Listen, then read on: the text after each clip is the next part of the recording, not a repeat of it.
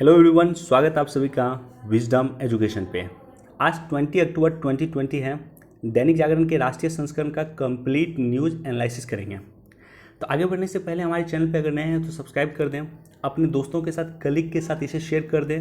कोई क्वेश्चन पूछना है कमेंट सेक्शन में क्वेश्चन पूछ सकते हैं, कोई सुझाव देना चाहते हैं वो भी आप कमेंट सेक्शन में दे सकते हैं। वीडियो देखना शुरू किया तो वीडियो को पॉज करके इस क्वेश्चन का जवाब हमें कमेंट सेक्शन में दे दें। वीडियो के आखिर में मैं इस पर डिस्कस कर दूंगा। कल का लेक्चर आपने सुना है, कल का वीडियो आपने देखा है, तो ये क्वेश्चन आप पक्का जवाब दे दोगे, क्योंकि कल हमने डिस्कस किया था इस टॉपिक को। क्वेश्चन है कि निम्नलिखित में कौन सा देश ईरान न्यूक्लियर डील में हस्ताक्षर करता देश नहीं है। ऑप्शन ए है जर्मनी, बी है कनाडा, सी है चीन या डी है ब्रिटेन। वीडियो के आखिर में मैं डिस्कस कर दूंगा कि ये ज़रूरी क्यों है, ये इम्पोर्टेंट क्यों है। फिलहाल आप इसका जवाब हमें कमेंट सेक्शन में दे दो।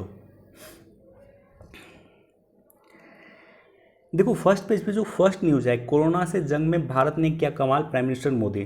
तो प्राइम मिनिस्टर मोदी जो है ग्रैंड चैलेंजेस एनुअल मीटिंग के दौरान बोल रहे थे। क्या है ग्रैंड चैलेंजेस एनुअल मीटिंग, तो यहाँ पे दिया हुआ देखो, Bill and Melinda Gate Foundation और भारत सरकार के बायोटेक्नोलॉजी डिपार्टमेंट मिलके एक चैलेंज का आयोजन करते हैं, एक तरह से एक वार्ता का आयोजन करते हैं। और यहाँ पे क्या होता है कि कृषि, पोषण, स्वच्छता, मातृत्व, शिशु स्वास्थ्य और संक्रमण रोग का किस तरह से निदान हो सके, इसके लिए ये लोग बातचीत करते हैं, उसके समाधान का प्रयास ढूंढते हैं। राइट, अधिक इम्पोर्टेंट नहीं है। साथ ही साथ आप लोगों में जिन लोगों ने भी टेलीग्राम चैनल ज्वाइन नहीं किया, आपको कमेंट सेक्शन में लिंक मिल जाएगा या जो डिस्क्रिप्शन होगा वहाँ पे लिंक मिल जाएगा, जाकर के ज्वाइन कर लेना। विजडम एजुकेशन के नाम से टेलीग्राम चैनल है। मैं मॉर्निंग में जो इस तरह से हाईलाइट करके न्यूज़ को वहाँ पे डाल देता हूँ, और आप लोग पहले उसको पढ़ लें, न्यूज़ को पढ़ लें। जिस पार्ट को मैंने हाईलाइट किया था उस पार्ट को एटलीस्ट पढ़ लें। उसके बाद अगर आप हमारा वीडियो देखोगे, वीडियो सुनोगे, तो आपको समझ में आएगा अच्छे से। राइट,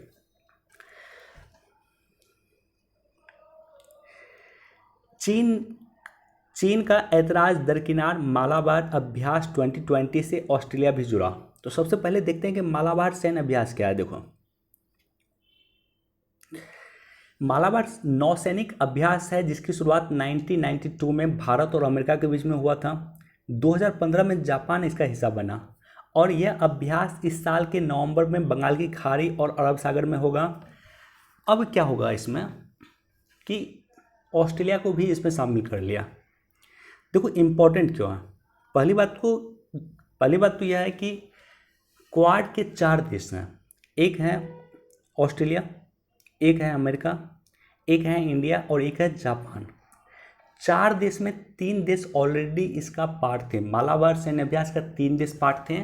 अब ऑस्ट्रेलिया इससे जुड़ा है, इसका मतलब यह है कि क्वाड के चारों ही देश अब मिलके एक एक्सरसाइज कर पाएंगे। निश्चित तौर पे चीन के लिए खतरा का प्रतीक है।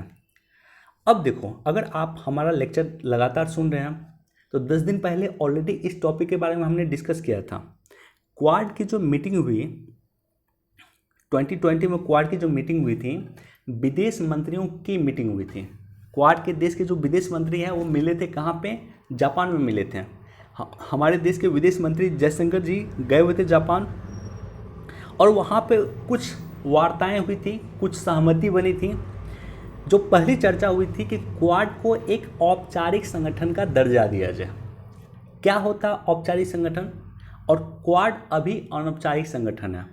तो औपचारिक संगठन और अनौपचारिक संगठन क्या होता है। देखो, अनौपचारिक संगठन होता है कि क्वाड की स्थापना 2007 में हुई। क्वाड का प्रत्येक वर्ष मीटिंग नहीं होता, क्वाड का एक फिक्स हेडक्वार्टर नहीं है, तो इसलिए क्वाड एक अनौपचारिक संगठन है। अब क्वाड को औपचारिक संगठन बनाने का मतलब होगा कि क्वाड का एक फिक्स हेडक्वार्टर होगा। क्वाड के देश के जो राष्ट्राध्यक्ष हैं वो प्रत्येक वर्ष मुलाकात करेंगे, या एक लिमिट सीमा के बाद जरूर मुलाकात करेंगे। मान लेते हैं कि प्रत्येक 2 वर्ष के बाद मुलाकात कर सकते हैं, प्रत्येक 3 वर्ष के बाद मुलाकात कर सकते हैं, लेकिन करेंगे ही करेंगे। लिमिट टाइम के बाद, एक सीमित समय के बाद, वो लोग फिक्स समय के बाद निश्चित तौर पे मुलाकात करेंगे, अगर ये औपचारिक संगठन बन गया तो इसकी चर्चा हुई थी क्वाड की मीटिंग में, जापान में जो मीटिंग आयोजित हुआ था। साथ ही साथ ये भी चर्चा हुई थी कि ये देश जो है आपस में सप्लाई चेन विकसित करें। क्वाड के जो देश हैं वो आपस में सप्लाई चेन विकसित करें। देखो, क्वाड के देश एक अमेरिका हो गया, एक जापान हो गया और एक ऑस्ट्रेलिया हो गया और एक भारत हो गया। चारों के देश की डिपेंडेंसी अधिक थी चीन पे, राइट। खास करके अमेरिका और जापान का बहुत अधिक इन्वेस्टमेंट चीन में है। बहुत सारी अमेरिकन कंपनी और जापानीज कंपनी का इन्वेस्टमेंट चीन में है, उनका मैन्युफैक्चरिंग हब चीन में है। तो यहाँ पे डिस्कस किया हुआ था कि ये देश इन्वेस्टमेंट जो इनका चीन में किया गया है, इनको निकाल करके क्वाड के देश में ही आपस में डिस्ट्रीब्यूट करते हैं, इंडिया में इन्वेस्ट कर दें, राइट। तो ऐसे में क्या होगा कि क्वाड के देश की जो मांग है और आपूर्ति है दोनों एक दूसरे के साथ करें, राइट।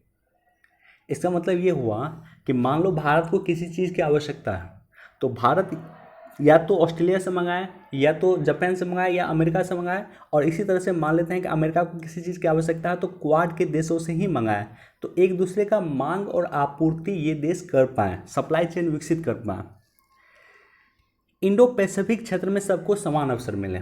जिस तरह से इंडो पैसिफिक क्षेत्र में ताइवान को चीन तंग कर रहा है, हांगकांग का चीन ने अधिग्रहण कर लिया, वियतनाम को चीन परेशान कर रहा है, फिलीपींस को चीन परेशान कर रहा है, तो ऐसे कंडीशन में इंडो पैसिफिक क्षेत्र में सबको समान अवसर मिले, यानी चीन की जो बढ़ती कह सकते हो इन देशों को परेशान कर रहा है चीन, उनको एक स्पष्ट तौर पे संदेश दिया गया था कि अब ऐसा नहीं चलेगा, सबको समान अवसर मिलेगा, यानी आप इस तरह से करना बंद करें, राइट, अदरवाइज आपके खिलाफ एक्शन लिया जा सकता है। उसके बाद था कि अन्य देशों को इसमें शामिल किया जाए और प्रत्येक वर्ष इसी मीटिंग हो, और साथ ही साथ एक इम्पॉर्टेंट बात कहा गया था कि मालाबार सैन्य अभ्यास में ऑस्ट्रेलिया को शामिल किया जाए।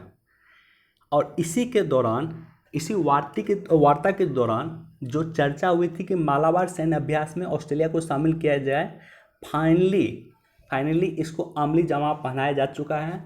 ऑस्ट्रेलिया इस वर्ष शामिल हो गया है मालाबार सैन्य अभ्यास में, यानी क्वाड के चारों देश अब मिलकर सैन्य अभ्यास करेंगे, राइट। देखो, प्रीवियस न्यूज़ अगर आप देखते हो और डेली न्यूज़ देखते हो तो चीज़ों आपको समझ में आनी शुरू हो जाएगी, न्यूज़ आप कैच करना शुरू कर जाओगे, राइट। जल्द लागू होगा नागरिकता संशोधन कानून। इसमें मैं डिटेल से डिस्कस नहीं कर रहा हूँ, लेकिन CAA सिटीजनशिप अमेंडमेंट एक्ट काफ़ी इंपॉर्टेंट है, पिछले वर्ष लगातार चर्चा में बना हुआ था। फिर कभी टॉपिक आया तो हम उस पर चर्चा करेंगे, क्योंकि ये सारी के सारी टॉपिक लगातार आएंगे। NRC, CAA, ये चर्चा फिर आएगी। सहकारी संस्थाएं दूर करेगी स्वास्थ्य सेवाओं की कमी। देश में जो स्वास्थ्य सेवा है उसको सहकारी संस्था मिल करके रेगुलेट करें। क्या होता है सहकारी संस्था? देखो, सहकारी संस्था होता है सहकारी अर्थात साथ मिलके काम करना। सरकारी समिति लोगों का ऐसा मंच है जो अपने पारस्परिक लाभ के लिए स्वेच्छापूर्वक सहयोग करते हैं। सहकारी मतलब होता है साथ मिलके काम करना। सरकार और लोग जब मिलके काम करते हैं तो उसे कहा जाता है सहकारी संस्था, ठीक है। पारस्परिक सहयोग के रूप में काम करते हैं। जैसे बिहार की मैं बात करूं तो सुधा मिल्क फाउंडेशन जो है एक सहकारी संस्था, कोऑपरेटिव सोसाइटी है।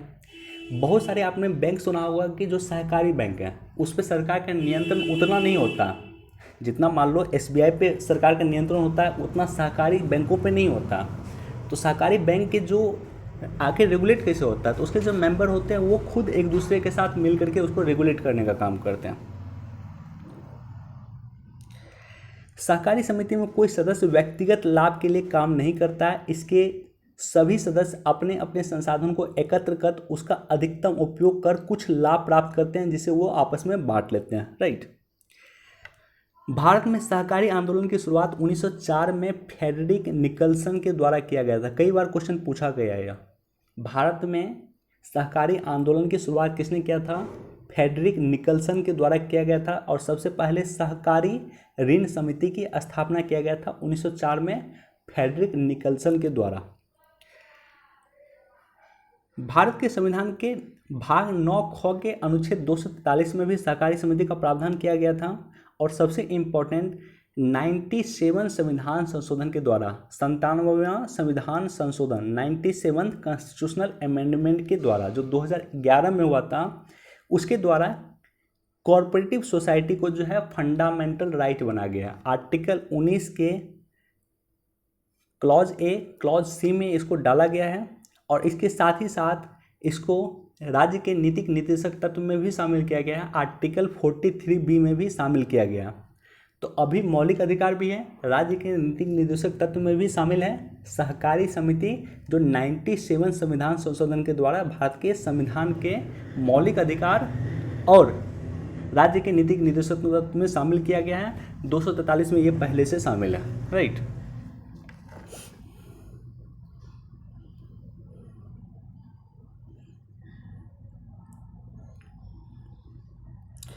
देखो एक बार इसको पढ़ सकते हैं, प्राइम मिनिस्टर मोदी का जो है एक संबोधन है, लेकिन यहाँ पे रियल एस्टेट रेगुलेशन अथॉरिटी की चर्चा किया गया। रियल एस्टेट रेगुलेशन अथॉरिटी क्या है यह? जैसे मान लो सेबी का काम क्या है? शेयर मार्केट को रेगुलेट करने का काम किसका है? सेबी का काम है। इसी तरह से बैंक को रेगुलेट करने का काम क्या है, किसका है? तो आरबीआई का काम है। तो उसी तरह से रियल एस्टेट को रेगुलेट करने का काम real estate regulating authority RERA के द्वारा किया जाता है, राइट। रेरा के बारे में फिर कभी हम बाद में डिस्कस करेंगे, या जाकर के गूगल सर्च करके आप देख लेना, रेरा के बारे में पढ़ लेना। 2016 में इसका एक्ट भी आया था। रियल एस्टेट को रेगुलेशन करने का काम जो करती है रेरा करती है, रियल एस्टेट रेगुलेशन अथॉरिटी। बाकी एक डाटा यहाँ पे है, देखो एशिया को प्रभावित करने वाले में भारत चौथा शक्तिशाली देश बना है और भारत का रक्षा नेटवर्क चीन से 21 है, यानी चीन से बढ़ के भारत का रक्षा नेटवर्क। यहाँ पे जो है एशिया को प्रभावित करने वाले 10 देशों की सूची में पहला स्थान अमेरिका का है, दूसरा चीन का है, तीसरा है जापान का और चौथा है भारत का। डाटा दिया हुआ, कहीं कोट करना चाहते हैं तो कोट कर सकते हैं।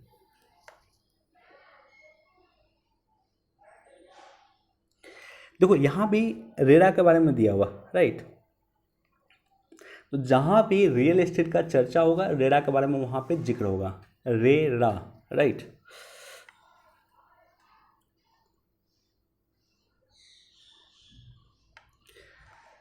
चीन की तुलना में भारत में प्रदूषण से 5 गुना मौत, डाटा दिया हुआ है। देखो यहाँ पे दिया हुआ है कि प्रति 1000 में प्रदूषण से मरने वाले बच्चों की संख्या भारत में 48 है, वहीं चीन में 10.7 है, राइट। तो भारत में पॉल्यूशन की काफ़ी ख़राब स्थिति है। ये डाटा भी आप कहीं कोट कर सकते हैं, जब पॉल्यूशन के बारे में आपको लिखना है तो वहाँ पे ये डाटा कोट कर सकते हैं। और ख़ास करके एयर पॉल्यूशन की स्थिति काफ़ी ख़राब है इंडिया में।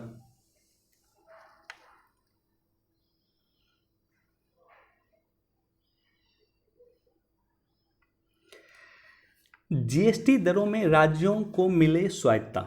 जीएसटी को लेकर के मैंने एक स्पेशल वीडियो बनाया था, राइट। वो स्पेशल वीडियो देख लेना। पूरा हमने चर्चा किया था कि जीएसटी की शुरुआत कब से होती है और जीएसटी कंपनसेशन सरकार, केंद्र सरकार राज्यों को क्यों दे रही है। तो हम डिटेल से एनालिसिस नहीं करेंगे, चूँकि हमने ऑलरेडी वहाँ पे काफ़ी अच्छा से एनालिसिस किया था, ज़रूर जाकर देखना। अब देखो यहाँ पे क्या मैटर है। मैटर ये है अब कि लगभग 2.35 लाख करोड़ का जीएसटी देना, कंपनसेशन किसको? केंद्र सरकार को देना है। किसको देना है? तो राज्यों को देना है। तो 2.35 लाख में जो है 1.1 लाख करोड़ जो है केंद्र सरकार बोली है कि ठीक है हम जो है आपको जीएसटी दे देंगे कंपनसेशन। बच गया कितना? तो बच गया 1.25 लाख करोड़। तो ये जो है 1.25 लाख करोड़, ये केंद्र सरकार का कहना है कि एक्ट ऑफ गॉड है, यानी जो है 2.35 लाख करोड़ होता है कायदे से। केंद्र सरकार को इतना पैसा देना चाहिए राज्यों को, लेकिन केंद्र सरकार दे रही है सिर्फ 1.1 लाख करोड़। पहले दे रही थी केंद्र सरकार 97,000 करोड़ और अभी केंद्र सरकार ने कहा है कि वो 1.1 लाख करोड़ देगी, राइट।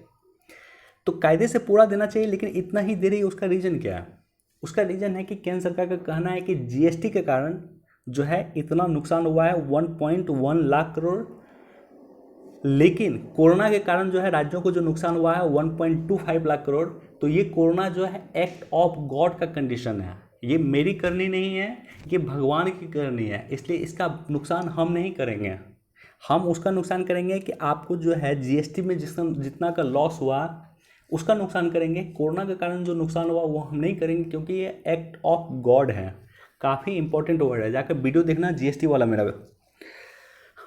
तो अब जो है केंद्र सरकार ने क्या किया कि कहा ठीक है 1.1 लाख करोड़ हम देंगे, और केंद्र सरकार फाइनली, पहले केंद्र सरकार ने राज्यों को कहा था कि मैं आपको कर्ज दिला दूंगा, लेकिन केंद्र सरकार अब तैयार हो गई है।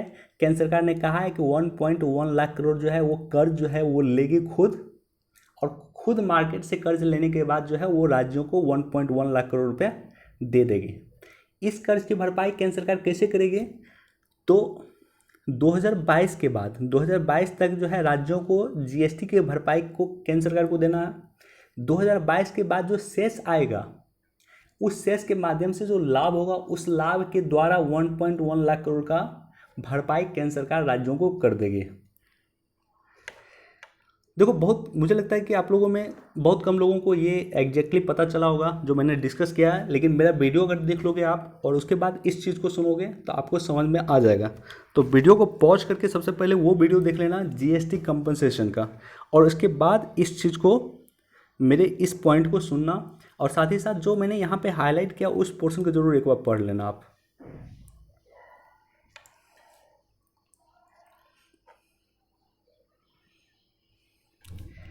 ब्रह्मांड की उत्पत्ति में ब्लैक होल की नई दृष्टि।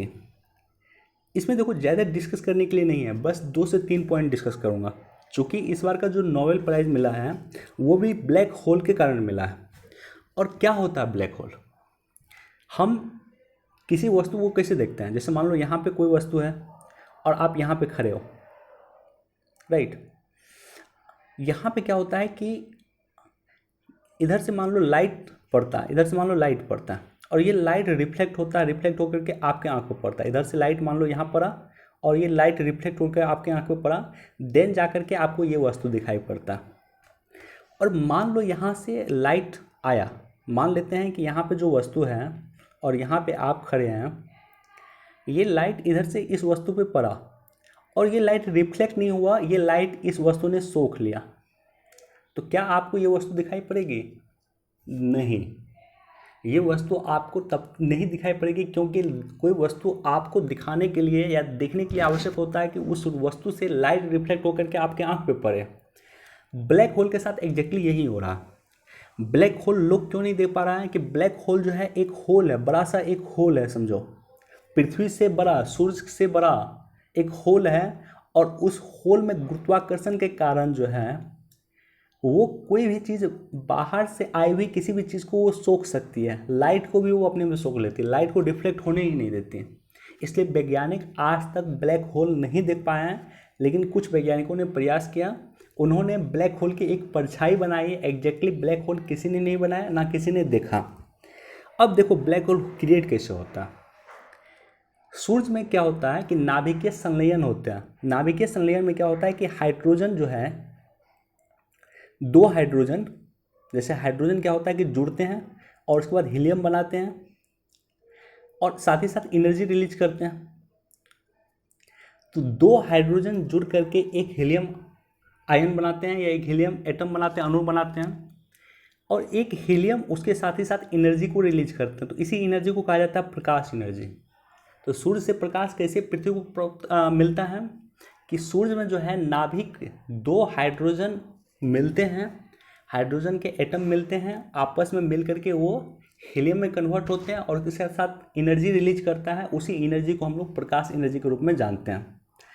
अब फर्ज करो इस बात को कि सूर्य हाइड्रोजन हीलियम में जितना भी हाइड्रोजन है, सूर्य में जितना भी हाइड्रोजन है वो सारे के सारे हीलियम में कन्वर्ट हो गया, तो उसके बाद हाइड्रोजन बचेगा ही नहीं सूर्य में। अगर हाइड्रोजन सूर्य में बचेगा ही नहीं तो क्या होगा? सूर्य जो है चमकना बंद हो जाएगा, एनर्जी क्रिएट करना बंद हो जाएगा, राइट। सूर्य क्या हो जाएगा? काला हो जाएगा। सूर्य क्या हो जाएगा? उसकी गुरुत्वाकर्षण बढ़ जाएगी और धीरे धीरे वो खुद ब्लैक होल में कन्वर्ट हो जाएगा। यानी उसका जितना भी हाइड्रोजन है वो हीलियम में अगर कन्वर्ट हो गया, हीलियम में कन्वर्ट हो गया, उसके बाद हाइड्रोजन शेष नहीं बचा सूर्य में, तो उसके बाद क्या होगा? धीरे धीरे वो ब्लैक होल में खुद कन्वर्ट हो जाएगा। और ऐसा अनुमान है कि आने वाले काफ़ी वर्षों के बाद, डाटा दिया हुआ देख लेना एक बार, कि आने वाले काफ़ी वर्षों के बाद जो है सूरज भी जो है ब्लैक होल में कन्वर्ट हो जाएगा। तो बेसिक इन्फॉर्मेशन है, जो जानकारी मैंने आपको दे दिया, बाकी इसको पढ़ सकते हैं। और ब्लैक होल यूपीएससी के लिए काफ़ी इंपॉर्टेंट है। कई बार क्वेश्चन 2019 के पीटी में भी क्वेश्चन पूछा था, इस बार नहीं पूछा लेकिन पिछले वर्ष क्वेश्चन पूछा गया था ब्लैक होल के बारे में। और इस वर्ष चूंकि ब्लैक होल के संदर्भ में नोबेल मिला है फिजिक्स का, इसलिए क्वेश्चन पूछा जा सकता है। फिजिक्स के नोबेल ब्लैक होल के संदर्भ में वैज्ञानिकों को दिया गया है, इसलिए क्वेश्चन आपके लिए पूछा जा सकता है।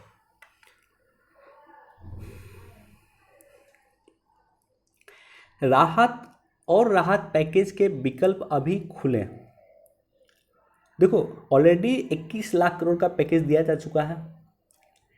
कुछ दिन पहले 70,000 करोड़ का भी पैकेज दिया गया, और इसके साथ साथ अन्य पैकेज भी दिया जाएगा। और भी पैकेज के राह खुले हैं, यानी और भी पैकेज के राह खुल सकते हैं, खुलेंगे। क्योंकि मैंने बताया था कल भी आपको कि जॉन मेनार्ड किन्स का स्टेटमेंट याद रखना कि अगर इकोनॉमिक सुस्त चल रहा है तो वैसे कंडीशन में सरकार को राजकोषीय घाटा की चिंता नहीं करना चाहिए। सरकार को अधिक से अधिक पैसा लोगों में डिस्ट्रीब्यूट करना चाहिए। लोगों के पास पैसा जाएगा तो क्या होगा, मांग बढ़ेगा। कल का मुद्दा का टॉपिक यही था, मांग। तो लोगों के पास पैसा जाएगा तो मांग क्रिएट होगा, मांग मार्केट में बढ़ेगा। और मांग बढ़ने के लिए आवश्यक है कि सरकार पैसा लोगों में डिस्ट्रीब्यूट करे, राइट। तो इसलिए और पैकेज भी मिल सकता है, अधिक इंपॉर्टेंट नहीं है लेकिन एक बार पढ़ सकते हैं आप।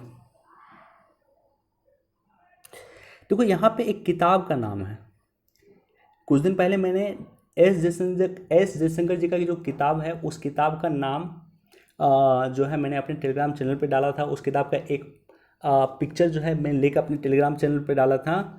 और ये जो किताब है एन.के. सिंह 15वें वित्त आयोग के अध्यक्ष हैं। पोर्ट्रेट ऑफ पावर, सॉरी, ये किताब लिखे हैं पोर्ट्रेट ऑफ पावर। तो ये सब किताब याद रख लेना, वनडे एग्जाम में पूछा जा सकता है। स्टेट पीसीएस भी क्वेश्चन पूछ सकती है। एन.के. सिंह काफ़ी इंपॉर्टेंट व्यक्ति हैं, तो क्वेश्चन आपसे पूछा जा सकता है कि पोर्ट्रेट ऑफ पावर बुक किसने लिखा, तो एन.के. सिंह ने लिखा, राइट।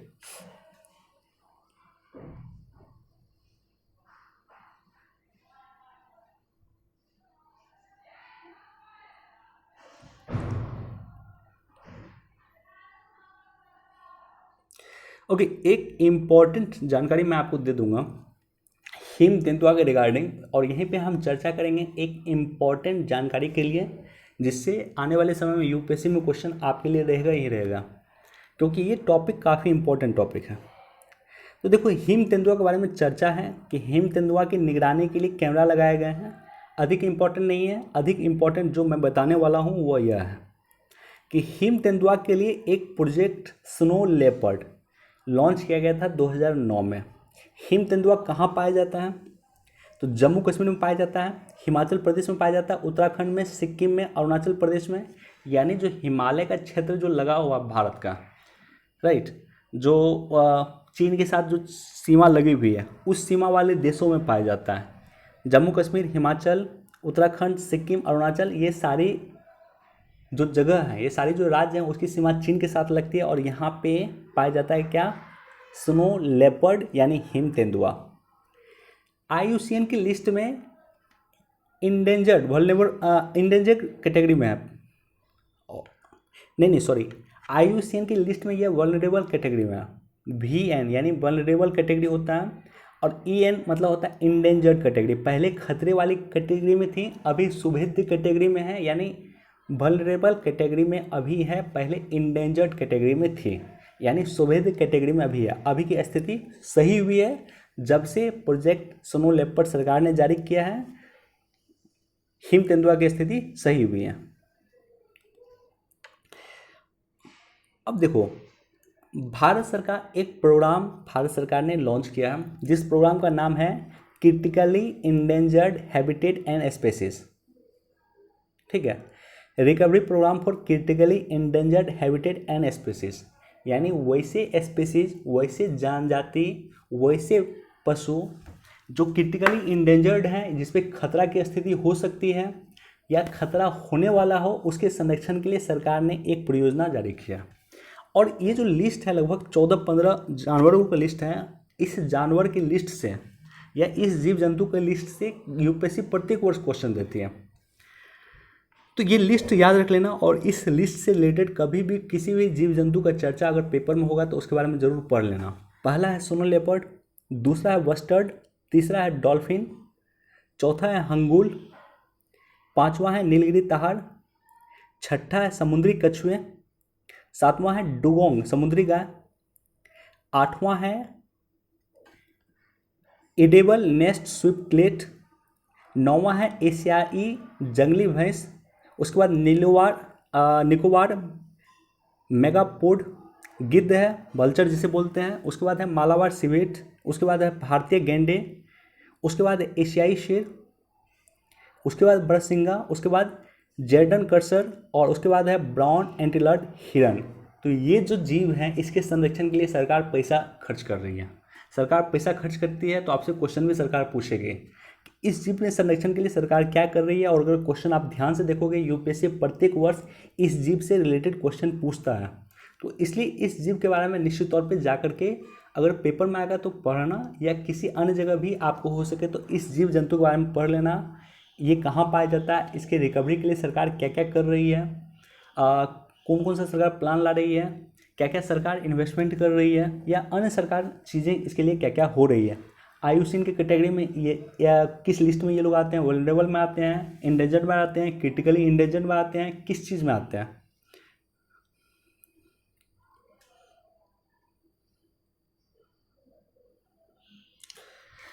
ओके, हमारे पास इतना ही न्यूज़ था, चलते हैं क्वेश्चन की ओर। अब